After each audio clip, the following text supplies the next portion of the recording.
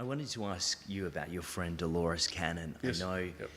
she spent the last at least 10 years of her life heavily promoting you as a channel, your work, the work that you do. Yes. Did you want to talk about the personal connection that you had with her and Yep. how that whole Yep. relationship started? She really took you under her personal wing. She was very nurturing towards you because she really believed in what you're about, your energy. I think it's rather like, metaphorically, we've all been asleep and we've woken up and everything's different. And not just what's going on around us, but what's happened within us. So we've woken up to a higher perspective of ourselves.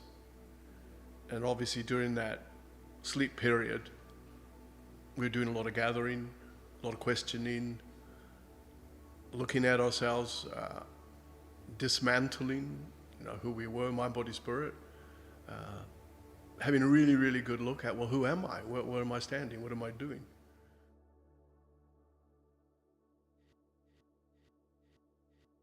Welcome to Australia. Thank you, Paul. It's nice to see you in the flesh rather than online. So it's a whole different dynamic, isn't it? Of Because course we're, it is. Yep. particularly over the last couple of years, we're so used to interacting in our homes through Zoom, but doing something in the flesh gives you an extra dimension of Yeah. Well, it's connection. also it's the energy involved when you do something live like this, and collectively, it's like you can feed off the situation. Whereas when you're doing something on Zoom, it's like you've got this slight screen. Well, you have a screen, but it's completely different. Yeah. I think technology is wonderful in so many aspects. I certainly don't think it's there to replace the in-person stuff like we're doing today, but it's a great extension of it when we Yes. can't, perhaps. Yep. But it's probably a good distinction to make, isn't it? Yeah, that yeah. it doesn't replace. Yes. It's interesting you say that because it just made me think of, there are some people who actually prefer online stuff rather than coming in person. And it's because they feel in person is almost too confrontational, whereas, they can sort of hide behind their screen. Hide behind a camera. Yeah, totally. And, but I mean, I do a lot of one-on-ones personally as much as online as well. But I don't think I have any preference to anything, and also too, people have said to me that when they have personal readings online, is it different from when they actually come in person? And I don't think it has any bearing on the information that comes through. But if people are with Tabaash and literally, they say they feel energy, they can feel the presence, coming out of my body. Wow. And also I think it just becomes more personable and interactive, when you're actually sitting literally across from somebody. Well, there's something tangible, isn't there, about being in a room? I remember, makes me think about when years ago when theatre was the main form of entertainment, and then the movie theatre came along, and then inevitably TV, and they always felt through these different Yes. phases that one was going to replace the other, but there's always been a need, I think, for live events, theatre, as well as cinema, as well as now Zoom and all these other technologies that are emerging where we can connect. Yes, yeah. And that's so important. And also too, when you're doing a live situation, it's not like watching something on Netflix when you suddenly think, I'll just put that on pause and, make a cup of tea or something. So. Well, I always find, particularly when if I go to see a film and I really want to see a film, I'll make sure I go to the cinema to do it. Yep. Because it's a dark room, there's no distractions, and I can really immerse myself in the experience. It's often very hard to do that in your home these days with... It's called an atmosphere. Yes. And it's almost something that's not quite appreciated now in a very busy, chaotic, fast-paced society where we're overstimulated with, stimulus all around us, from our smart devices to pets and children and the busyness of a big city like this, which you're in now in Melbourne. Yes. I know it's a lot bigger than Wellington. Yeah. Wellington, where you're from. Yes. We had an event here yesterday in Melbourne. How did you find the event? Obviously, you were channeling Yes. Tabaash, Yep. which we'll talk about. Yes, yep. It's funny, when I do events, at the beginning, I can feel the energy of spirit just coming around me a couple of hours before. It's rather like prepping you up for something. I never get nervous, so it's nothing like that. But you can feel the anticipation of the situation, of the event. And invariably you get on stage and you want to relate to your audience in the best way possible. So when I came back after the event, I could just feel the vibe, feel the energy, and I could feel that it had gone well. But also the fact that no one was leaving. Everyone wanted to hang around and just chat, like they were just soaking up into the vibe, basically. But yeah, I was really happy with the way it went. It's the first event I've done since the world went into lockdown. So it was good to get the foot back in the door. I'd love to ask your perspective on that, because Sure. I think all of us are emerging now. Had a conversation this morning about it. In this new time, it's the beginning of a new year, 2023, we're starting to return to what we might call a new, a normal, a new sense of normal, but it's not quite the same as what we're used to. Yeah. What's your perspective on what we've gone through over the last couple of years and what we're finding ourselves emerging into now? Yeah. I think it's rather like, metaphorically, we've all been asleep and we've woken up and everything's different. And not just what's going on around us, but what's happened within us. So we've woken up to a higher perspective of ourselves. And obviously during that sleep period, we're doing a lot of gathering, a lot of questioning, looking at ourselves, dismantling, who we were, mind, body, spirit, having a really, really good look at, well, who am I? Where am I standing? What am I doing? What is this world that we are living in? And what changes as an individual do I need to make? And so, waking up to this new reality is exciting, adventurous, confrontational, in a productive way. But probably a good way of putting it, suddenly we can see everything in a whole new light.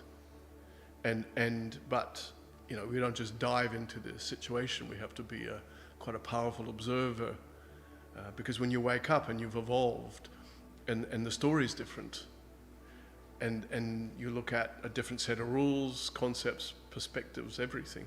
Even in our day-to-day connections that we have with people who we're with, I think we're all seeing each other in a different light as well. And there's more honesty. I think there's more awareness. I think there's also a positive wariness, because I think people have learned to step back and really observe before they participate. So I like this new reality, and I really like the feeling of 2023. I think it's a much lighter energy than what we've experienced over the last 3 years. And it was just really, really quite obvious to me. It's like, wow, you can really feel the gear change. It's stepping into the unknown in a lot of ways, because I think we've been very conditioned to experience reality in a certain way, and now there seems to be just more space to maybe open up, to be open to stuff that we haven't perhaps experienced before personally in the world. We're seeing a lot of new technologies emerging. I know recently in the last couple of weeks here, AI has come more to the forefront as one example. I'm hearing about medical breakthroughs of diseases. I think we're really on the precipice. Do you get that sense? We're on the precipice of great this is change. indicative of this new vibration. Using that word awareness again. We've woken up to this new awareness, and this new awareness, there's more life, and therefore with more life, these things that have been waiting in the wings, so to speak, suddenly are presenting themselves because there's a collective, we're ready for it now. And so when you see, even if you look through history, there's always periods of life where, you know, a surge in technology or medical situations or whatever the case is, social things, because humanity are ready for that now. And it just opens up doors, basically. So, you know, we've turned more lights on, so of course we're going to see more and experience more. I wanted to ask you about your friend Dolores Cannon. Yes. I know Yep. she spent the last at least 10 years of her life heavily promoting you as a channel, a work, the work that you do. Yes. Did you want to talk about the personal connection that you had with her and Yep. how that whole Yep. relationship started? Well, it's interesting because I was actually reading one of her Convoluted Universe books, and these friends of mine lived in Christchurch actually rang me up, and I was literally reading, and they go, "Oh, have you heard of Dolores Cannon?" And I sort of went, well, actually, I'm just reading one of her books as we speak. Why? And they said, well, we want to bring her out to Christchurch to do an event. And we had this strong feeling that you have to meet her. And I just got this surge of energy that went through my body. So, long and short of it, I cancelled my sessions for a week and I went down to Christchurch. And we met. And it was just, you know, when you meet someone and there's that instant recognition, that sense of, oh yeah, I know you, I know your soul. And so to begin with, we just hung out with my friends who were hosting her. And I even cooked her dinner, which very much impressed her. What did you cook? Oh, I cooked her spanakopita, a spinach pie and salad or something like that, you see. So, yeah, so it was quite nice because she knew me as Blair before she knew me as the channel. And then over that week, just hanging out, and then at some point, I introduced her to Tabaash, and he gave her some really relevant information. And anyway, afterwards, you know, she says, "Oh, you're the real deal," you know. So it was just from that time on. Well, even that's a big deal because I know she was quite a, you know, she didn't suffer fools easily, I've been told. No, totally. And Absolutely. she was quite skeptical when it came to frauds. In fact, Julia told me a story about years ago, she went to get her palms read and she would very easily be able to tell who was fake and who was not. And actually, she had that ability, I don't know if you know this, to read palms. And she actually flipped the roles, and she gave the reading and blew this woman away with her ability to. A lot of people don't realize that she was incredibly intuitive. She had her own gifts, but she didn't necessarily like to allow that to get in the way because from a research point of view, she wanted to be uninvolved in the process to get the information. I think with someone like Dolores, you know, she obviously had an enormous amount of qualities. And you put it all together, that's what made Dolores Cannon. And she didn't necessarily practice all those abilities, but she found the thread of consciousness that she excelled in. But I think she excelled because of all the other parts together, it's like components really. And I loved the naturalness of her. I loved her mind, you know, a highly intelligent woman, and you know, could easily converse on a very high level. And she could be very sharp. You know, if she didn't agree with someone, you know, or something, she would say something, but it was just like, you felt you were cut. She never did that to me. But, you know, we became really good friends. I hosted her in Wellington because I ran these big meditation teaching evenings in Wellington for every month for about 12 years, basically. And Tabaash would do a teaching first, and then he would take the audience through a big guided meditation using music. Interesting about the music, because Tabaash never likes New Age music or tinkle music. But he would direct me around town to try to find stimulating, powerful music that he would use in his meditation. And I remember once I was walking, and this is in the day of CDs, walking by a CD shop in Tabaash, and my head says, "Oh, I want you to go into that store. There's a CD I want you to get."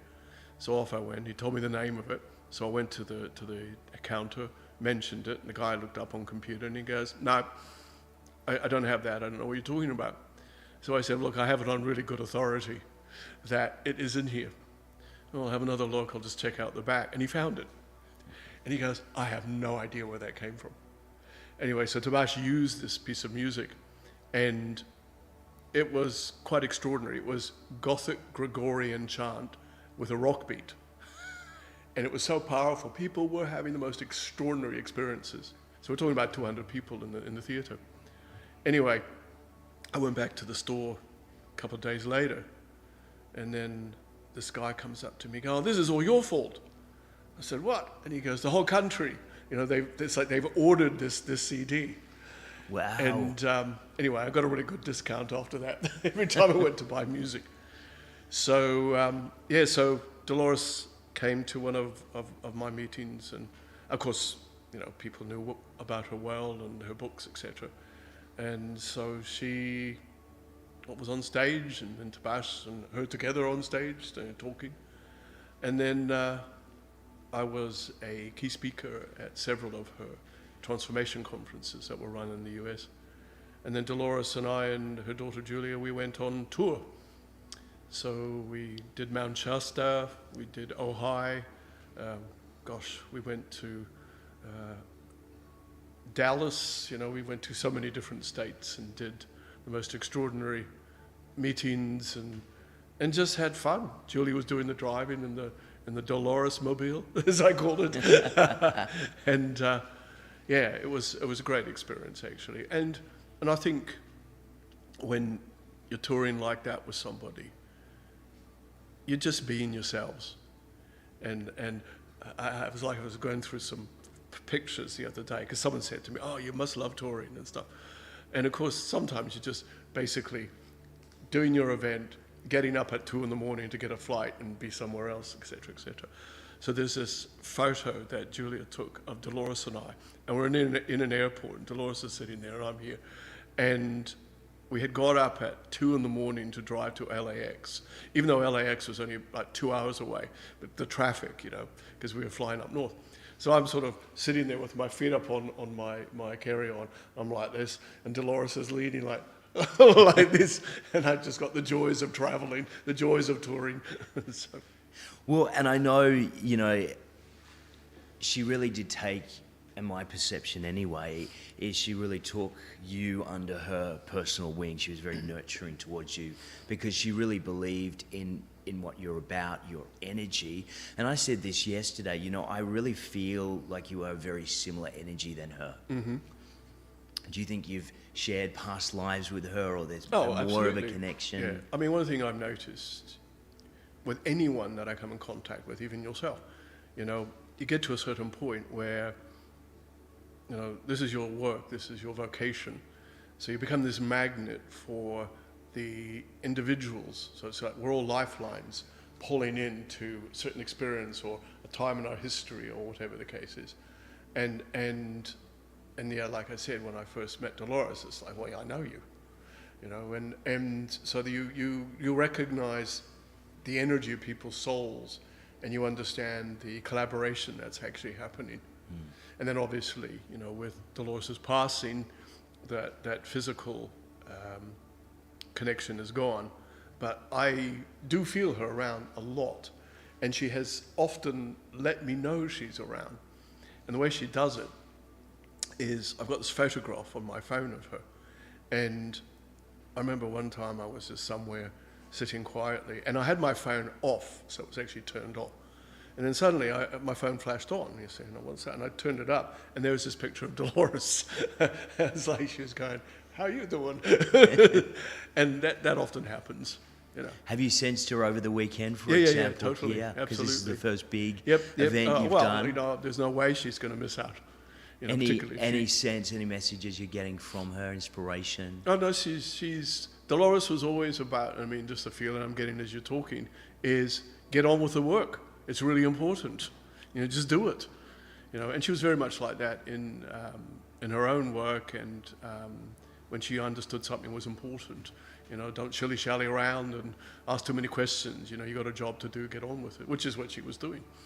Well, the way I see it as well is you really embody the extension of her work. And I've articulated this to yourself and to other people. I felt that she came to lay a foundation, and like a building, the foundation takes a lot of time. You don't see a lot of movement on the surface, but then eventually once that is laid, the structure comes along and is built. I feel in many ways, you and I, other people in this field, are really that structure being built. Well, if you look at any light workers, there's always those who've established a particular energy for that time in their history, and then others will take up the vibration of that and then just carry on with that, and then just keep on building. No doubt there'll be others who build from who we are, and it's just a consistent. Well, it's the component thing. It's bringing together all these different factions of energy. We all have a role to play at a certain time. And as Tabaash would say, well, right at the moment we're just all God's doing it this way. In the future, other souls will be God's doing it that way, so to speak. You see, so it's all relevant to the way we're all evolving, mind, body, and spirit. So at a certain time in history, there were the Dolores Cannons, and then in other times in history there'll be other souls, etc. Basically. So, but I always look at it like we're all from source, just doing our service and doing our job, and just do it in the way that we do as individuals. Yeah. Well, it's been quite a journey that you've been on, and I know you have been doing this work. Is it 35, 36 years? Yeah, getting into 36 years now. Wow. Yeah. And I know a lot of people would say, wow, that's, are you tired? Are you energized enough to keep going? But I'm sure that when you're doing what you're supposed to be doing, you don't get tired. You don't get tired of doing something. There's an energy there, isn't it? I think when you have a vocation for something, you have a natural energy that's available to you all the time. And obviously, in the work I do, I'm being directed and guided by Source. And I understand that there are certain things, mind, body, and spirit, I have to do just to ensure that I keep focused and healthy, etc. And don't get me wrong, I'm not living some huge strict regime or anything like that. And I love eating nice food and nice wine, and hang out with my mates, and go to clubs and all that sort of stuff. But yeah, I'm highly respectful of my service to Source, but also highly respectful of who I am, mind, body, and spirit. So I'll make sure I look after myself, mind, body, and spirit, so I can do what I do, because this is my life. A lot of people, particularly, and I see it quite prevalently in the spiritual community, become quite dogmatic around not eating certain foods or not drinking alcohol because they feel it has an effect on one's vibration. I think about it, veganism is a big thing now, and a lot of people feel like it's cruel and it's unspiritual. How would you speak to those people that perhaps polarized towards a very dogmatic way of Well, I think interpreting? but the way you approach anything, everything's a vibration, but you put a story onto that situation, and therefore, if you believe that that's bad for you, well, then it'll be bad for you. And I always remember reading, I think it was one of the Peaceful Warrior books by Dan Millman, and when Dan Millman was going for a big jog up a hill with Socrates, and Socrates, beat him and came down, and Dan Millman came puffing away back, and here's Socrates standing at the bottom of the hill smoking a cigarette. And Dan Millman looked at him and he said, "What are you doing?" He said, "You've been teaching me all this healthy living and healthy thinking and healthy feeling, and here you are taking a cigarette." And Socrates just took a puff and blew it out into the air and looked at Dan and said, "Well, yeah," he says, "but you see, I've got higher vibrational frequencies, so I can, counteract any effects the cigarette's going to have on me." Yeah. So in other words, your attitude towards anything. Well, I've heard similar things yeah. with yogis in India, and some of the most enlightened, so to speak, have been seen sitting there smoking a cigarette on the street. Yeah. I think human nature has this propensity to, we need a particular set of rules that we have to abide by that is going to purify ourselves. And it tends to be all about denial in some way or another, mind, body, spirit. Okay, yeah, you have certain disciplines, and I think it's also an individual experience. So, I mean, I know psychics and mediums and things like that who, smoke and drink and all that sort of stuff, and it doesn't seem to be affecting, who they are. Or their work. And okay, it might be affecting their physical health at some point, but I think it's about anything in life, whether it's food or who you're with or whatever, it's your story. So you have to decide, well, what's your story going to be around that situation? So if you feel that you just want to go and have a Mac attack, and if you sit there going like, oh, this is really bad for me, I shouldn't be having this, but you eat it anyway. Or as you go, oh, I feel like a Mac attack, I'm going to go and have that, really enjoy that, and that'll do me for a while, so to speak. That's a better attitude towards it, you see. Well, I've certainly in my life, I've learned that balance is so important. Yes, of course and it is. The moment I think we get too far in one direction or another is when things tend to go wrong. Or we burn out, or we find that we go too extreme. There's a lot of that in society, particularly in the spiritual community, and we spoke about it earlier. I've seen it over the last couple of years when it's come to conspiracy, and particularly what we've gone through over the last couple of years within this community, that has become more prevalent, where it does take people down a dark road. What would you say? Yeah. Well, I think that's human nature, and so when you're really living your life from your higher nature, or as Tabaash calls it, your God nature, then you just get on and do what you do.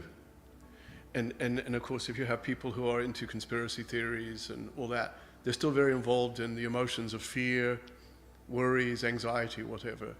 And so rather than go to their souls and just get on with it, instead they have to, wear their emotions around them all the time. Then this is where they get into, the doubts and the fears and the conspiracies and what's wrong and who's been doing what to whom and all that sort of stuff, basically, as opposed to, hey, hang on a minute, I'm God in my body.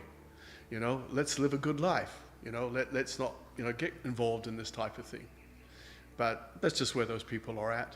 And it's giving your power away to a certain extent, because you're seeing someone outside of your own experience as being more powerful than you, having more ability to make changes in your life than you do. It's one form of giving your power away, isn't it? When you said that, it made me think of perhaps someone like myself and other people who are speaking these stories and these truths. It's almost like we're a catalyst for growth for people, and they may not want to see that. So rather than look at that and go, oh, hang on a minute, that's interesting. I may not believe it, but let's think about it. Some people are going to go, oh, that's a whole lot of shit, basically. So they'll create a story around it, or make up something, or try to discredit it in some particular way, basically. But it invariably comes down to the way you respond to something will always tell you about yourself. And so, and I'm very conscious of that at myself as well, when I learn how to follow my responses around quite a lot. And of course, the more you stay aligned, mind, body, spirit, then of course you tend to attract towards you anything that is harmonious and productive. But, if you waver, then straight away, and I'll give you a good example of this. So I was visiting someone. I was actually my late wife in the care home when she was in there. And I was with a mate of mine, and we were meeting up at my place to go out afterwards. And he was in his car, so I said, well, I'll meet you at my place. And it was rush hour traffic. It was going to take ages to get back. So I sat in the car park and I thought, I said, I'm going to go into the New Earth energy. I'm going to create the reality that there's no traffic. So I sat in the car park, and so I pulled out. And sure enough, it was like driving on a Sunday at 2 in the morning or something. There's hardly anyone around. And so I'm sort of driving away, and I thought, no traffic, no traffic. And then the moment I wavered, it was really weird because suddenly traffic appeared. Just like this, just where did that come from? So once I kept my focus, I got home in 2 minutes. There was no traffic at all. Anyway, I got home, and my mate rings me up, and he goes, where are you? I said, well, I'm at home. And he said, well, you were in front of me, and then you seemed to disappear. And I said, oh, well, da-da-da-da-da-da.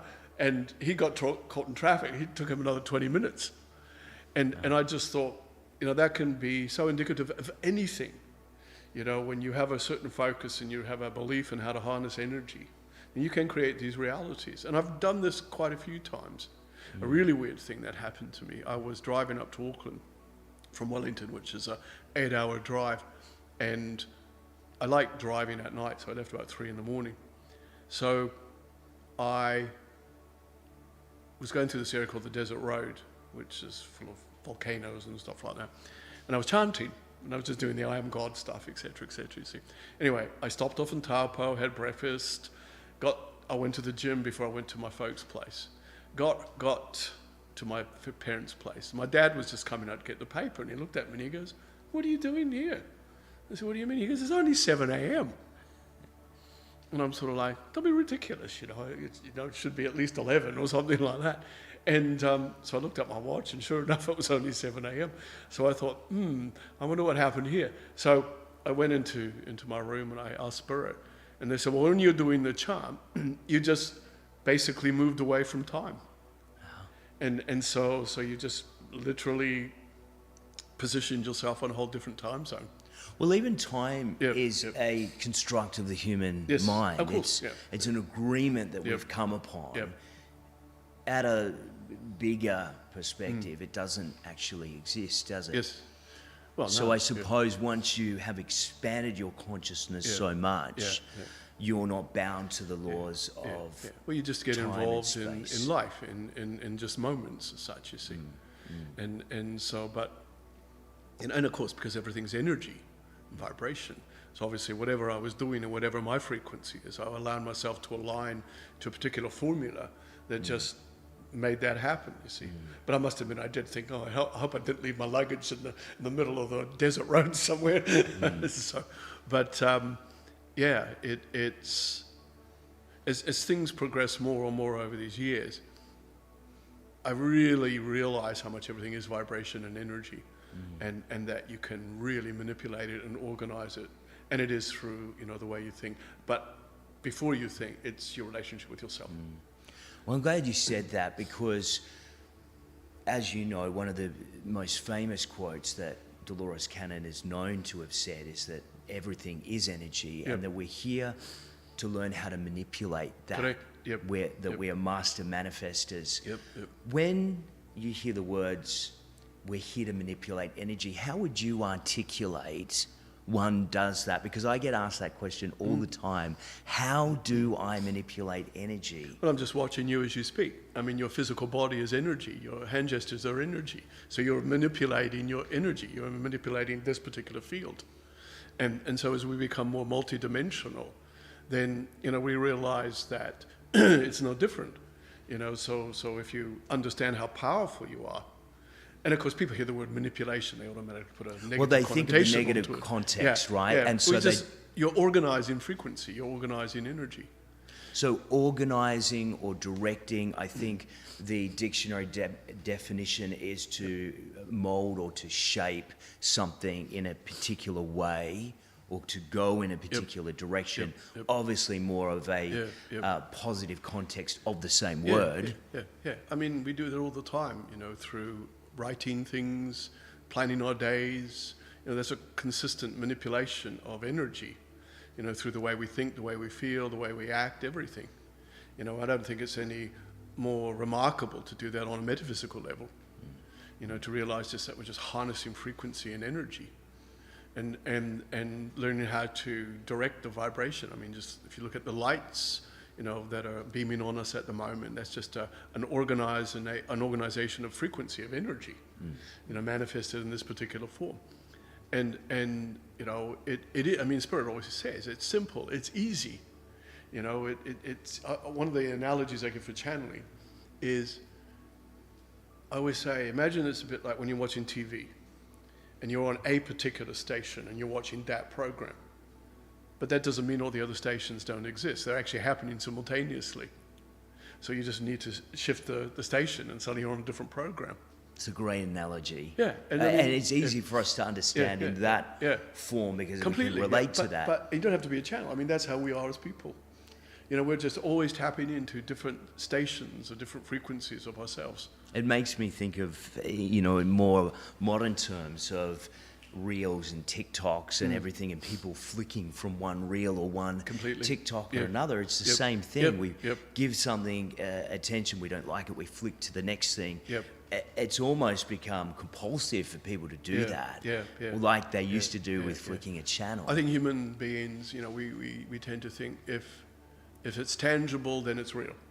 If we can see it, it's real. If we can touch it, it's real. But then you get into the, you know, metaphysic aspect of it, and you get into the feeling aspect of it, where it's different, and everyone feels on all levels, then that tends to freak people out because it's like, well, hang on a minute, I feel something, but I can't see it. Yeah. You Well, know? it makes me think of love. Love we cannot emotions, see, but we can see love expressing itself in so many different ways through human nature, through the way we interact with each other, through the way we care for the planet. Even though we can't tangibly see it, we can see evidence of it playing out in experience. Of course it is, And, you know, we got this power within us to interact with everything. And therefore, you know, obviously, most humans would interact simply with their minds and their bodies. And then suddenly we're at a point in history where we're consciously interacting with our soul or spirit. And that's changing the dynamics of how we experience life. Because we've actually, for want of a better phrase, we brought another dimension into our lives. And in doing so, it has opened up more of life in every way possible.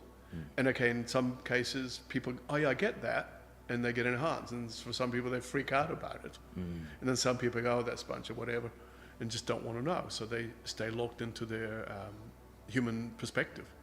And again, nothing wrong with that. But I mean, you know, thinking of our conversation earlier, here we are at a time in history where, you know, people are turning those soul lights on and realizing, oh, there's so much more to who I am. Therefore, I've got so much more access to much more life and more power and therefore more success and so on and so forth. And that's why I think it's, when you can harness that, you do see the benefits of it physiologically, mentally, emotionally.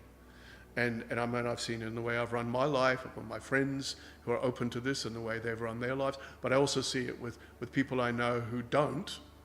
And you know, they keep tripping up and all that sort of stuff. And of course, I'm always their go-to mate. Oh, you know, what's happening in my life? That sort of stuff.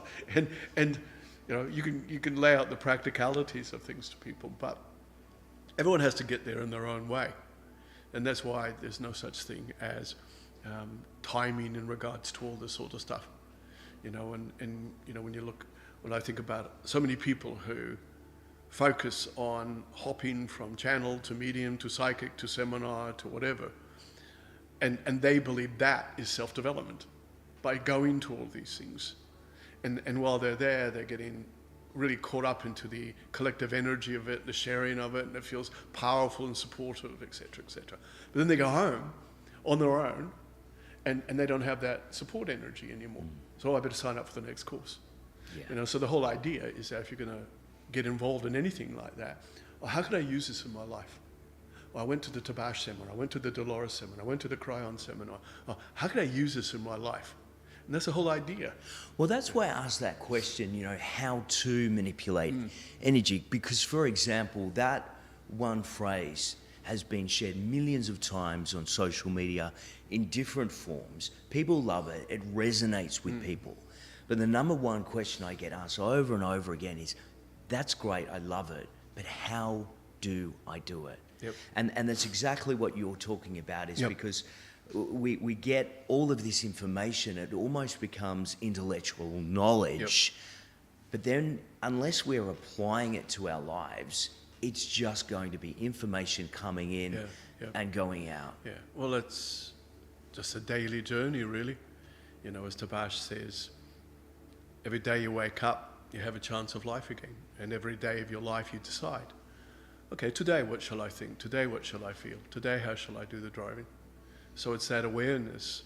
So it's not some big magic formula that, you have to practice in some, heavy content as such. It's just more of a matter of, well, just pay attention to your day and your thoughts and your feelings. Be conscious of what you're doing. I mean, one of the things that Spirit taught me right at the very beginning when I first started channeling, and when I asked, I said, well, how can I make this a way of living? And they said, add the idea of God to whatever you do before you do it.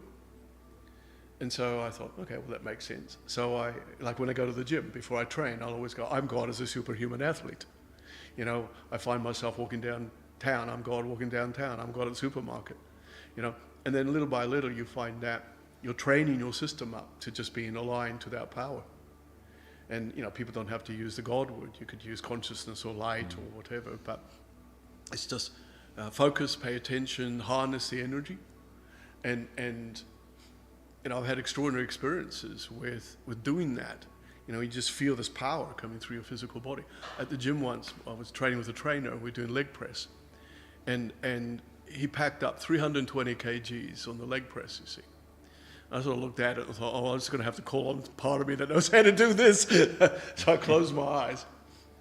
And I could feel the energy just coming into my system. And I pressed that weight 30 reps and really deep. And I didn't even break a sweat and didn't go red or anything. And I just clicked in and then stood up and had some water. And these big giant guys who were standing around me going how did you do that? Like that. And my trainer, he just said, I don't understand that. I said, well, I just tapped into source. This is what we do. And I think we do that in every respect possible. Yeah, absolutely. What does God mean to you, the word God? Yep. How do you define I see it as God? The highest state of consciousness. Okay, it's a being of energy. I don't see it as a human form. It doesn't have genitalia. Let's exactly. just put that out there because it's so interesting, isn't it? Yeah. When people talk about God, they describe it as a male. Yep. Of course it's going to be a male, right? We live in this society. Well, I mean, if you think about when those sorts of stories about God were first created, think about it was a very male-orientated way of living in history, and therefore, it was like the man was the most powerful energy, and the role of women was totally subjugated. If you look at through religions and teachings, etc., still is in some cases, and so they personified God in human terms, and of course I think that's a mistake that humans make too, is that they try to humanize God, and you can't humanize something that's just consciousness. So we really created God in our image, not the other way around. Yeah, totally, yeah. So I look at God as the highest consciousness that is living, that is available to us. And therefore, when we align to our God nature, we're just going to the part of us that knows everything. But again, it's just a word. But when humans hear the word God, they automatically, assume, dogma and religions and rules and systems and all that sort of stuff. Whereas I look at it like as a formula, like G plus O plus D equals life. So when you're aligned to that higher consciousness, then you're aligned to life, and then it's all available to you, and then you just pull it through you, basically, see. But it's a living consciousness. Yeah. Was that Dolores' understanding of God from what you know? Did you have chats about these No, I don't sort think of we ever things had with- that sort of conversation. But she understood it as a consciousness, yes. Yeah. And I you know this about me, but I was brought up in the church, and my whole understanding of God really did evolve, because it began at one time of believing God was a masculine energy, Yes. or a father, Yep. as the Bible articulates it. But then that encompasses all gender, all things. Yep. It's beyond form. It's the creative force. I'm laughing because I'm just getting a picture of sort of God as a woman with a Farrah Fawcett hairstyle and that type of thing, basically. Well, Dolores always said that if God was going to have a gender, he would be more like a woman anyway, Yep. which always makes everyone laugh when they hear it. Yeah. But Well, I mean- it would be that way, wouldn't it? Because women are probably embody more, certainly in the physical, as the creative force. Yep. They give birth, Yep. they create. Well, I think our souls are androgynous. So God's just an androgynous being made up of positive, negative frequencies and male, female energies as such. We all have that. We all have the male aspect, the female aspect of ourselves.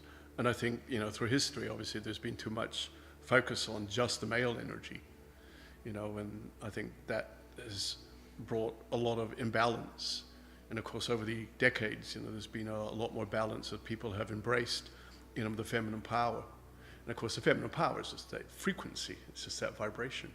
So it's like when you take the atom, it's made up of opposing ions, the positive, negative. So we're no different.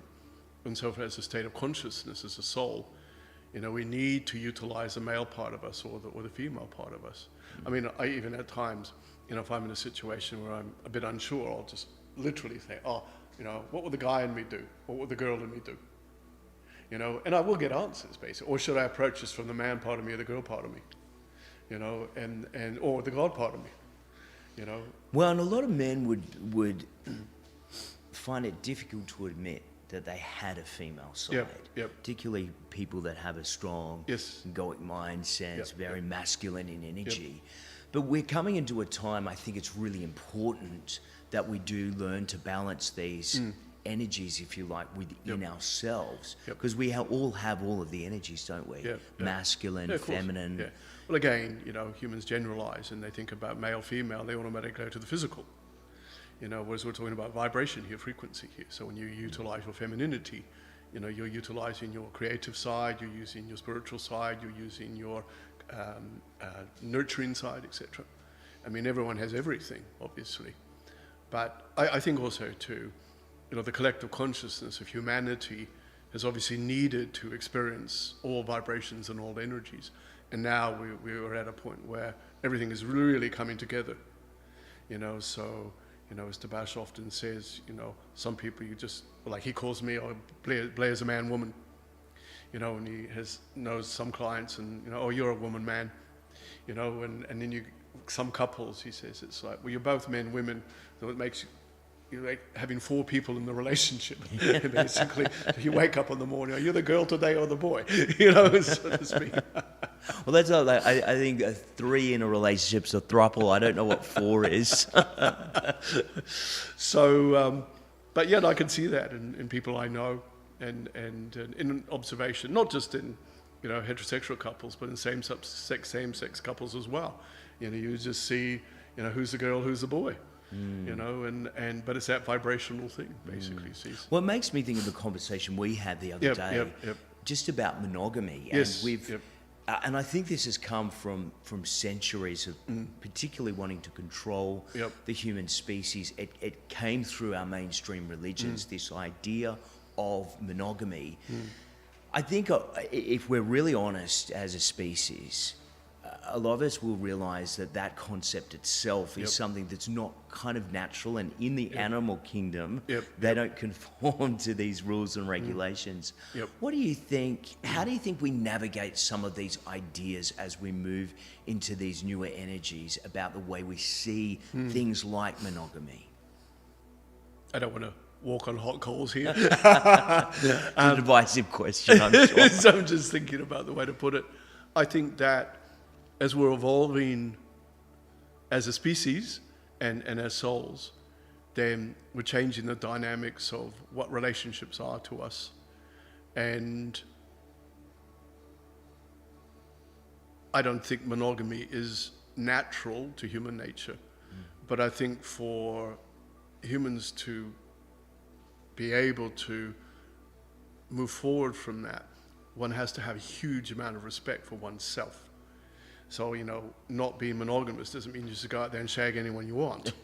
It's literally about, first and foremost, your respect for who you are, mind, body, and spirit.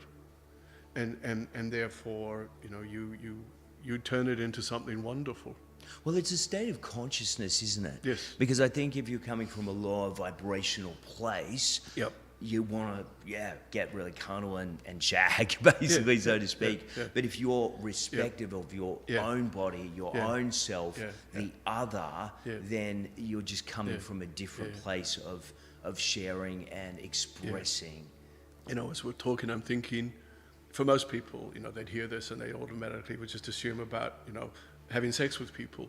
But I mean, monogamy isn't just in the sexual sense. I think it's about everything. You know, so I think we're learning how to understand intimacy from a whole different perspective, because intimacy isn't just sex. You know, intimacy is how do we get close to life? How do we get close to each other, physically, emotionally, mentally, spiritually? And so there are lots of ways of, you know, being intimate with life, you know, without always just seeing it as sex. And I think that's what human nature is actually learning to do. They're learning about intimacy and just the gentleness of that vibration and energy. And I think human nature has to expand on it just from a sexual perspective and realize, hang on a minute, it's everything. It's a state of consciousness. Which states of intimate consciousness do we want to involve with ourselves with? Yeah. Well, it's certainly an interesting time that we're all going through, I think personally, collectively. There's been many surprises along the way. I don't think anyone predicted the last couple of years would actually manifest in the way that it has. Do you think we are now in a really positive territory as humanity? Do you think the worst of it is behind us? Are we ready now to go into a much more positive light, or do we still have to go through more lessons before we get it? I don't look at it like we've been through the worst. You know, I look at it like we're just living life and we're just going through life. Obviously, humanity collectively has had to live through whatever we've had to live through. And we've lived through that because that's what we've created, individually, collectively. And through that process, we've had to know ourselves, but also know each other through that process. I think where we're heading now is there's a more conscious collective energy. We're all on each other's side more than ever before. So that degree of separation that's been so prevalent through history seems to be dissipating. And I think human nature is just sick of conflict and sick of the fear and everything that's attached with the systems and how things are being run. And so people are finding their voices. And so collectively, we've evolved to the point where, you know, what's that concept? Of full disclosure. Everything's just being disclosed. This is who we are. This is what we're all about. This is what we think. This is what we feel. And I think the time of the old draconian methodologies and way of social energy and politics and all that sort of stuff, that's had its day. But you can't just throw that away and then just stand with nothing. You know, you have to go through a process, which is what we're doing. So we've turned a corner, for sure. And whether we keep suffering, well, that's entirely up to us as individuals. So, but I think we're more conscious of how we're writing the story.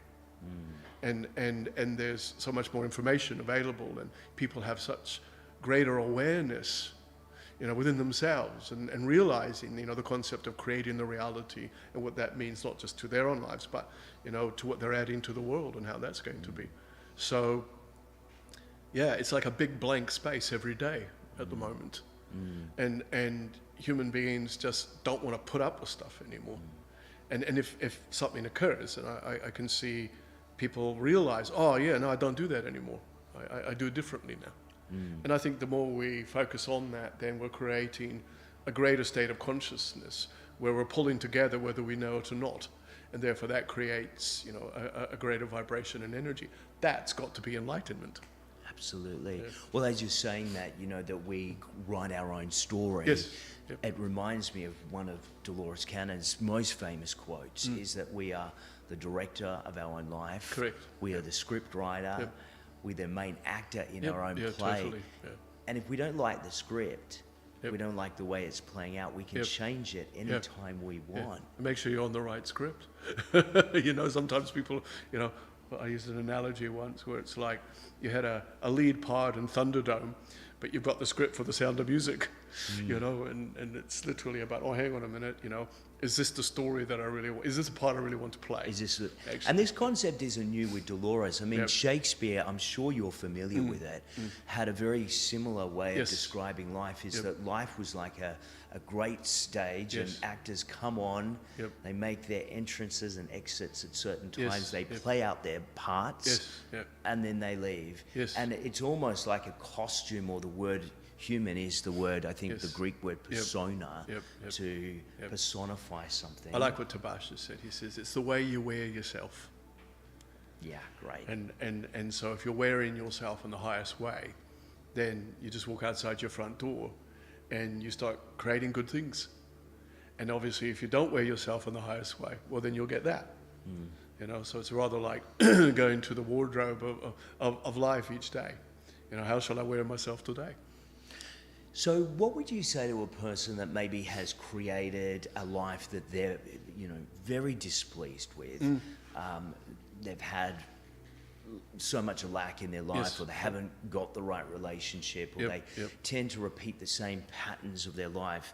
Where does someone like that start? I mean, if someone's coming across this information yeah. for the first time, and they're not embodying any of this stuff. Well, I always would say that everybody has lots of futures. So we don't just travel one road.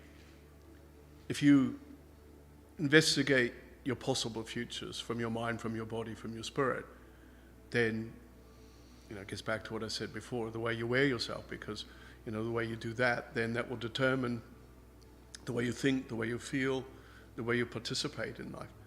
And of course, that's going to create a vibration, and that vibration will determine which of those futures, you know, you feel drawn to. And I think humanity, again, well, this is a road, I don't have choice. So with people who are, you know, wanting to change, I would say stand still. And who am I? What am I doing? What am I thinking? What am I feeling? Does that serve me? And if it doesn't, well then, let's just stand still for a moment and just have a conversation with myself and say to myself, oh, I choose to be at peace with this. I want to change this. And then take whatever steps feel natural to you. You don't just go diving into the ocean in the hope that you'll learn to swim along the road. You know, and I also think that, you know, when people say, you know, I'm ready for change, the moment you take a step, you're never alone. There's always going to be resources available to you, supports available to you, that are there to guide you, direct you. And I'm not just talking, you know, spiritually, but even in human terms. You know, this is something always there. Life will speak to us all of the time, basically. And I think, you know, just live life, chill. You know, don't make it a big deal. You know, but of course, people start unwinding themselves, and they start often looking at, oh God, I've really ruined my life, and da da da da da da. You know, whereas Tabaash would say, no, you were just God doing it that way. Now you're God doing it this way. So, which, And that could be through addiction, it could be whatever. I mean, because everything is... Totally. Yep. I loved what he said yesterday, and I know you don't always recall all the information that comes through, if you do recall anything. But one of the things he said is that we, you know, he was talking about multiple lives, and we obviously have many incarnations. But he said that we really only ever have the one life, but we have it in many different bodies. Don't you just love that? I love that. Yeah, I don't know if he said that before. Well, it's just the ongoingness of life. Yeah, You know? it's a great way to look at it. And Yep. then it goes with the costume analogy, Yes. which Dolores spoke about, is that you're just putting on a different costume Yes, yep. for that particular So life. you wear yourself, This yeah. time I'm going to be the wife, and that other soul's going to be yep, the husband. And then completely, the next yep. time, will you be the husband, I be the wife. That's why when you look at things like racism and all the other isms that are out there, and all none of that stuff makes any sense when you understand this Yep. from a higher perspective, because we have been everything, Everything, yep. in many different forms, in this dimension, other dimensions, other realities. Where do you think all of that hate has come from over the centuries? Because Oh, there's gosh, been one big drama that's played out. I think it's an educated thing. You know, you learn to fear, you learn to hate.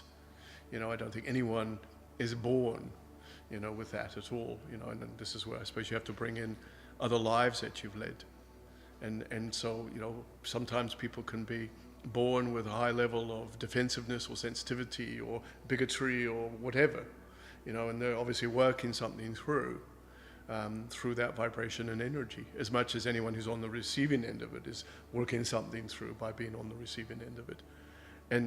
And so, but I think it's learned behavior, through history.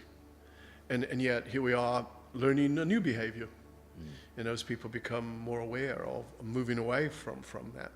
But, a lot of that also stems from rules and systems and rituals that are being created and certain people and energies segregating themselves and creating problems for themselves because of that, basically. And therefore creating a lot of issues simply because of that. But again, what I said before about, there are no degrees of separation. When you realize that everything is everything and everyone is everyone, then that's when you realize, well, you can't really make any judgment on that. But, human nature is used to hating each other or fighting each other or being in conflict with each other. Even themselves, hating themselves. How many people are berating or beating themselves up or putting themselves down? I mean, or not being themselves because of rules and systems that are put on, who they are as individuals or their sexuality or being a woman or being a man or being disabled or whatever. And so I think it's the rules. It's the rules that humanity has created to control other humans. That's really the crux of it, isn't it? Because it's always been about controlling, and we see this with narcissistic relationships. Currently, and I see it hugely in the communities that we find ourselves in. People needing to create that for themselves because maybe that's where they're at. And maybe at the moment I'm seeing a lot of people coming out of that and realizing that is for what it is and that they no longer want that in their life. You just triggered something in my thoughts, which was we're at a point where we're changing the rules. And I think a lot of people, they don't know what the rules are at the moment. And because they've been so used to thinking in certain ways and living in a certain way or being told to live in a certain way, etc. And now here we are at this time in history where it's rather like the old rule book has been thrown out the window. We're writing new ones. Yeah, it's like, well, what do we do now? Well, it's like writing the script for our life. Yeah, totally. And that's exciting. So as individuals, but also as a collective. It's like, Tabaash said yesterday, someone talked to me afterwards, they liked the analogy he gave about humanity's writing a book and you're all a word. And so everybody on this planet is one word, but in that one word there's a lot to say. And therefore we're all adding to that book, to that energy. That's exciting. So Tabaash is coming back to Australia on the 16th of February. Correct. Yes. In Sydney, Australia. Yes. At a great venue on the harbour there in Vaucluse. Yes. Are you excited about the event? Oh, absolutely. Yeah. I know you never know what I have no Tabaash idea what he's going to talk about. There are those that are watching this that came to the Melbourne event and those that have been familiar with this work. It's never the same. It's never the same information. That's what makes it so exciting and but it's also dynamic. It's never the same vibration. Even if you got, say, exactly the same people who came to the Melbourne event and transported them to Sydney, it would still be a different vibration because everything's just evolving all of the time. Well, we're co-creating anything together, and even as we're doing this interview now, we're co-creating a dialogue that has a certain vibration to it. And that's the way it kind of is. You can do different interviews with different people. It's all going to be so different. Even if the content is similar. I mean, I've done a lot of interviews over the years, and similar questions are asked, but just listening to myself answering them, it's like, oh yeah, you're quite clever there. Oh yeah, it just comes out in a different way. Well, that's a perfect analogy of channeling, isn't it? Because it's almost like the information comes through us. It's an expression of consciousness, and it always comes out differently in different circumstances. Yes, definitely. And that's why I'm so excited about the Sydney event. I'm going to give people the details. Thanks for sitting down with us today. It's been awesome. Thank you. And we've had a great weekend. Yes. As you said, a lot of it's been about the energy, Correct. and it's been very tangible, and that's why I Yep. want as many people to come Yes. to this Sydney event in Australia that can Yep. be there, because there's something very tangible. Yep. I like to think these things are caught rather than taught Yes. or spoken. It's energy. Yes. Everything's energy. Yeah. Well, thank you, Paul. I appreciate it. My pleasure.